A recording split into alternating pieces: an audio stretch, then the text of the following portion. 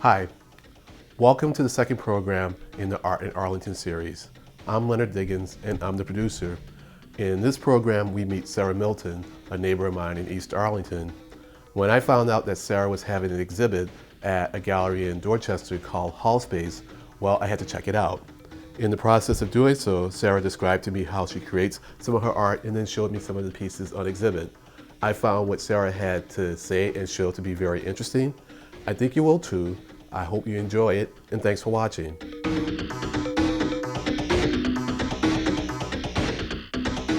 So Sarah, please tell me a little bit about yourself and your relationship to Arlington. My name is Sarah Louise Lois Milton. My painting name is Sarah L.L. Milton, and I've been living in Arlington for almost 4 years. I have my studio in Arlington, and it's in the same place that I live in, which is great because I'm able to wake up in the morning and be in my studio, and I'm able to go to bed at night and be in my studio. And if I have an idea at any point during the night or the day, I can work on it as long as I'm at the house. I have been a working artist as far back as I can remember. I went to Montserrat College of Art in Beverly, Mass. I graduated there in 2003, and I'm currently getting my master's in museum studies at the Harvard Extension School because my passion for art extends beyond just making art, but also handling art and setting up exhibits. This exhibit is called How It Looks From Here, and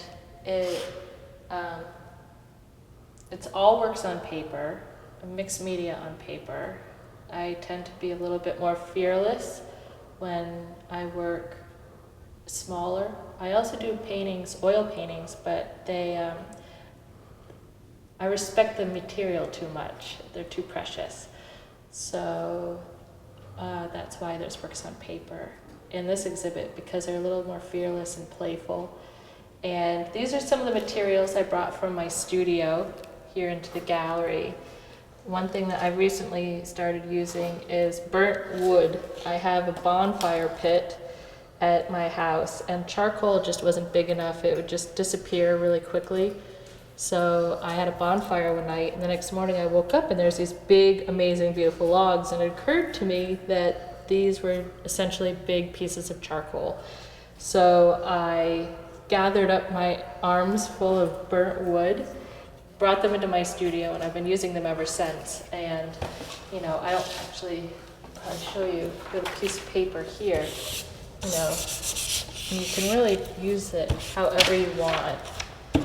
And erasers will work, you can blend it.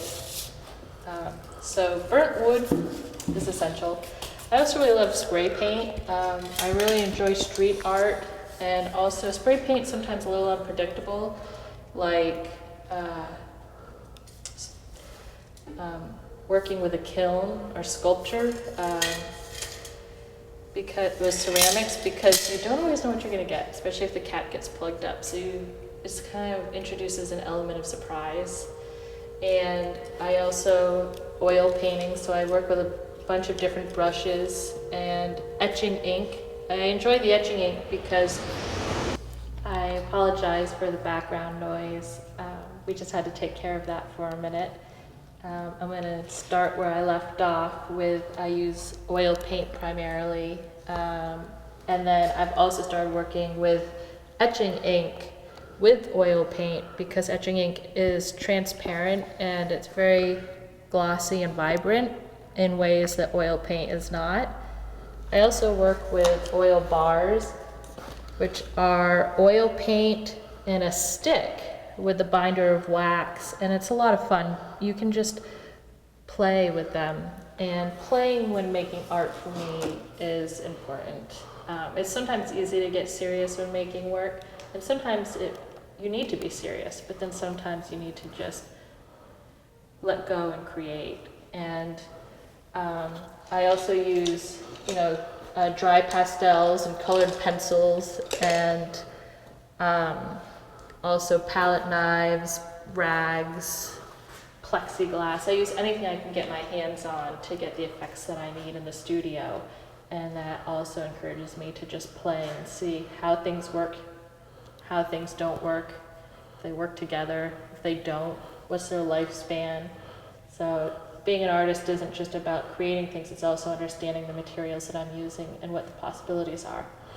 And I am now going to introduce my exhibit at Hallspace Gallery in Dorchester, Massachusetts. But before we go to see the rest of the exhibit, when you say that you are being playful, but sometimes you need to be serious, what do you mean about being serious? I mean, it's like what are you focused on when you say that you're being serious versus when you're being playful? Ooh, that's a good question, actually. So my work, I tend to work with the darker sides of myself, because one thing I discovered is the things that I don't understand or I'm struggling with in life are the things that I need to explore in my artwork. The things that are working for me and are good in my life, I don't need to explore because they're good and they make sense. So I tend to focus a lot on, even though they're abstract pieces, they're based more about feeling. And they're kind of my way of working through life. And some of the things about working through life are darker things, like when people die, or there's a breakup with a boyfriend, or the loss of a home, or just kind of trying to rediscover yourself. And they aren't necessarily dark things, but they're not the parts of myself that I want to share outright. And so through my art, I'm able to explore these feelings and experiences. And then what people see is sort of just the outcome of that. And I think in a way that's beautiful, because it's about working with a struggle, and then it's not so much the struggle overcoming, but me overcoming the struggle. And I think that takes a lot of courage, and I have to go into places within myself that I never get to in other parts of my life. Okay, and sorry, one other question before we go on to the exhibit. So do you find that you tend to use certain materials when you're in a playful mood versus other materials when you're in a not so playful mood? No, I tend to use just about all materials. Okay, all right. So let's see the exhibit. Okay. Yeah. I would like to introduce my show, How It Looks From Here, at the Hallspace Gallery in Dorchester, Massachusetts. I'm pretty proud of this exhibit. It's a solo show. It's at by far one of my favorite spaces, and I've got 20 works on paper here, and this is titled Mold and Other Stuff. And you can see some of the materials that I just introduced. There's spray paint, there's etching ink, oil paint, kind of pieces of paper, collage, oil bars right down here. So you're able to see a nice variety in this piece of how I use the materials. So And what's the name of this piece again? molded other stuff. Molded Other Stuff. Okay. And I did all the framing for the exhibit as well. Right. So, and the Molded Other Stuff, the inspiration for that title is that you used lots of different things in it, or what? I mean, I've always been attracted to abstract art, and when I stand in front of it, I like to just be with it for a while and experience whatever thoughts come to mind. But always in the back of my mind is like, well, what was the inspiration that the artist had for this? I mean, so can you tell me a little bit about what inspired this? Sure. What's interesting with inspiration is I get inspired by a lot of different things, and then during the course of making the work itself, that inspiration sort of falls away and other processes start to happen. So what inspired this piece to even begin was a friend of mine sent me an abstract image of a moldy chair seat. It was completely covered in mold, but it was very colorful. There was specks everywhere. And there was something kind of dark about it and gruesome, but really beautiful at the same time. And he knew that I would be interested in this imagery, and I was. So I took off with it. So I started running with this image of a moldy chair seat, and then from there, that wasn't enough to hold the painting as it is. So I started playing with other materials as well. And then it just sort of evolves into something else. Great, But great. the inspiration. Excellent, thanks. Appreciate that. And so let's see some more of the exhibit in this beautiful space. I also do little works on paper as well, little, big, large. I've started working a little bit smaller because they're easier to store and I can make them quickly. So they're almost sketches for bigger ideas.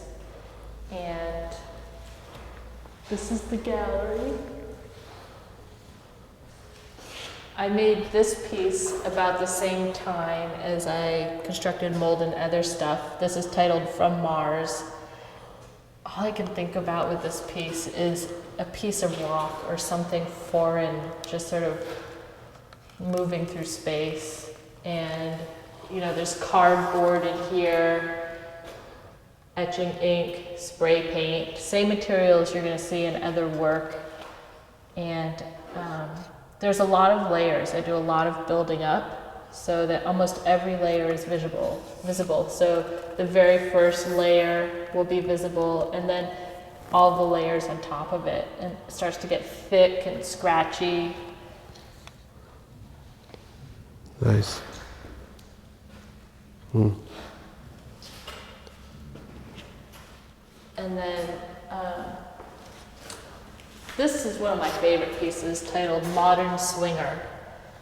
And I really love music and concerts. So I started incorporating my music wristbands into the pieces.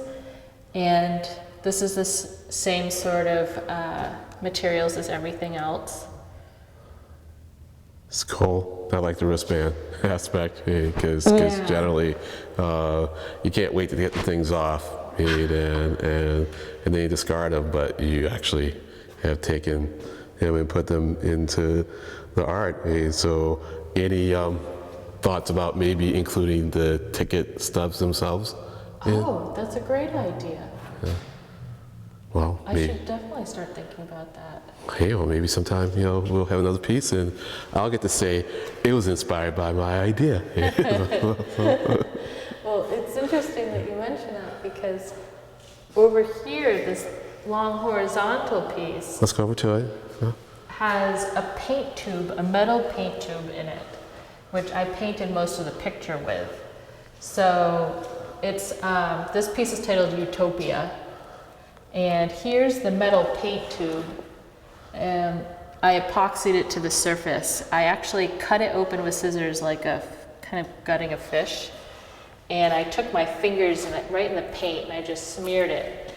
And so all of this color that you see is from the paint tube. And then I just took the paint tube and I just started rubbing it. And you can see the scratch marks the paint tube created. So I've started actually just gluing the remnants of my material casings into the art. So how long did it take you to do this piece? This piece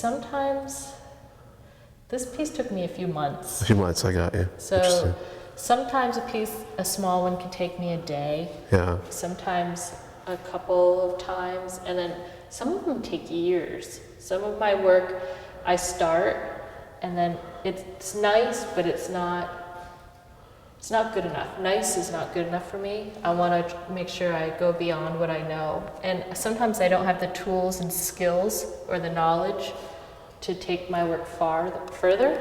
So I'll put it aside.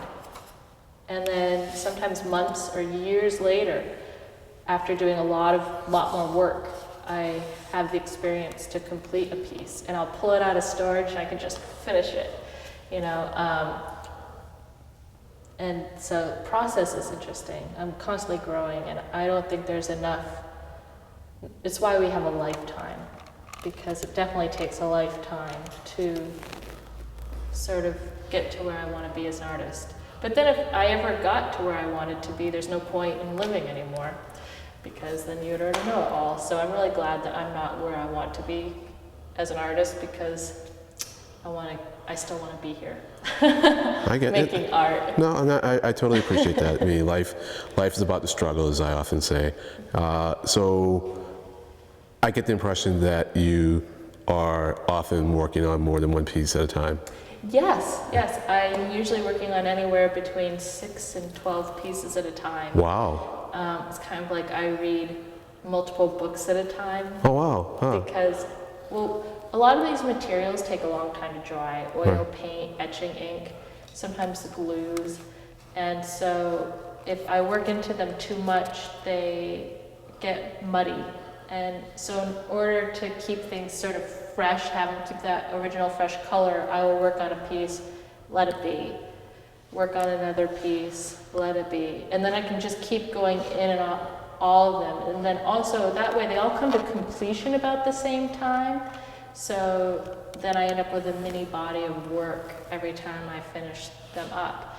And also, if I just work on one piece, I sometimes get a little bored. Right. There's something stagnant about that. Right. So it's like the same with books. Sometimes I'm in a mood to read an adventure story, and another time I'm in the mood to read the New York Times. So I just sort of go, I try to make sure I leave choices and options available so that I can just keep moving forward and be interested. Interesting.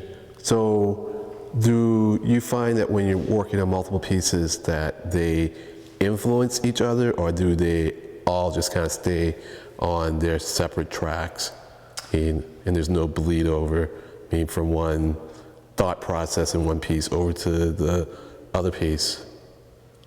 That's a good question. They definitely both happen. Huh.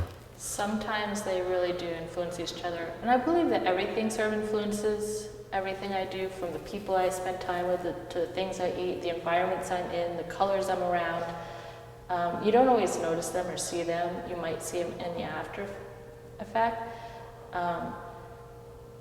But I just think that sometimes a piece will really inspire another one, and then sometimes they make huge jumps between one piece and another piece, and they don't really connect with one another at all. And then there's transitional pieces, and transitional pieces are pieces that are very unexpected, and they don't go with any of the work that I've done before, and they don't go with any of the work I've done after, and they don't go with anything. They just completely stand on their own. And it'll be interesting to see at the end of my life what my transitional pieces are. Interesting. So you have how many pieces hanging at this exhibit? 21. And how many pieces do you think you've done, over your lifetime? Rough estimate. Oh, probably, I'd say thousands. Thousands, wow. How many do you still have? Huh? How many do you still have?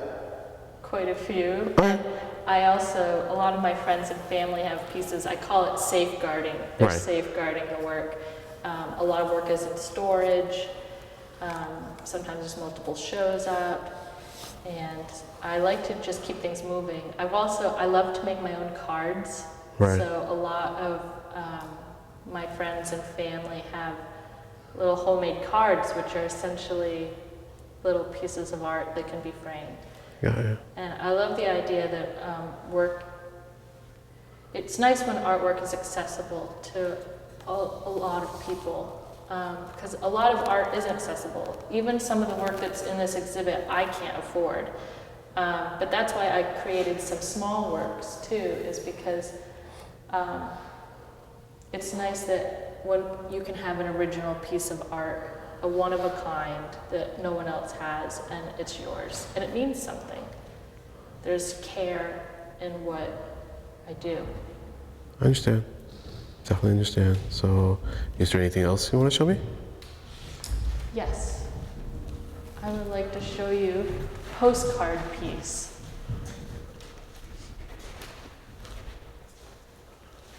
And I'm drawing a blank on the title at the moment. That's okay. I actually finished this up the week that the exhibit went up. That's okay. And so I'll just add it later on. I'll contact you. You can tell me the name of it, and I'll just put it underneath it. And and it's real life to draw a blank. But anyways, I mean, postcard piece, inspiration, what you like about it? Yeah, this is the first piece of art that I started experimenting with glue.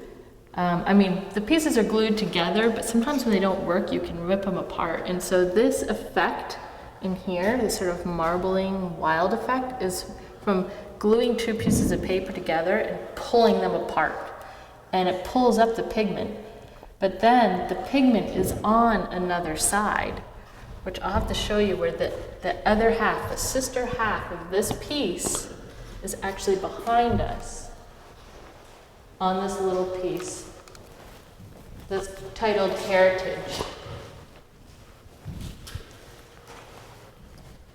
And this was the piece of paper that was glued to that other one. And then I pulled them apart. So now here's a question regarding the way you hung this exhibit. Given the relationship between this piece and that piece, why are they so far apart and not kind of next to each other? We would definitely have to ask the gallery owner. Okay. Because I didn't hang the show. Okay. All right. Well, that explains that. Okay, fine. Yeah. But maybe it's to help move the eye around. I know that as an artist and also working in exhibitions, that sometimes when two pieces are similar, hanging next to each other, your eye stops. And one thing about an exhibit is the whole exhibit becomes a work of art where you want to encourage your visitors to keep moving. Right. Right. And the power of threes. The power of threes? Yes, the power of threes is very important, where like you'll have something here, here, and there, or there, and there, and it keeps you moving. Interesting. Okay. Yeah. So I'll tell you one thing that often I find when I talk to artists, which is why I'm doing this now, is that I have a greater appreciation when I understand what's behind their art, and when you go to an exhibit, you don't really get that explanation. So when you explain how you did, the thing with pasting them together and pulling them apart and having the pigment on the side, I now get it, and it makes me interested in the two pieces as a unit, which I never would have come up with on my own, even if they were hanging next to each other. And all I can say is, I encourage artists, to the extent they want to kind of include their viewing public in a little more on their process, because it adds so much more depth, and appreciation for what they do. Absolutely, and what's interesting is the hardest part about being an artist is communicating why I do what I do. And you'd think it'd be a simple question to answer, but since I'm always changing and growing, I don't even know sometimes why I'm doing certain things, and then to explain it to other people. And also, that part of me doesn't work really well. So it's something that I'm always working with, is that communication aspect. Because there's always this dream that you'll create work and they will come and people will understand it and get it right away. But one thing about being me and being an artist is I don't even get me most of the time. So for me to assume that others understand why I'm doing what I'm doing and who I am is it's really off-putting, I think, sometimes. And I would love for the work to be able to explain itself, but maybe that comes with practice and time. And maybe it's important that my voice is in the work, but also outside of the work as well. I understand. And is there anything else you want to show? Maybe one or two more pieces? Sure.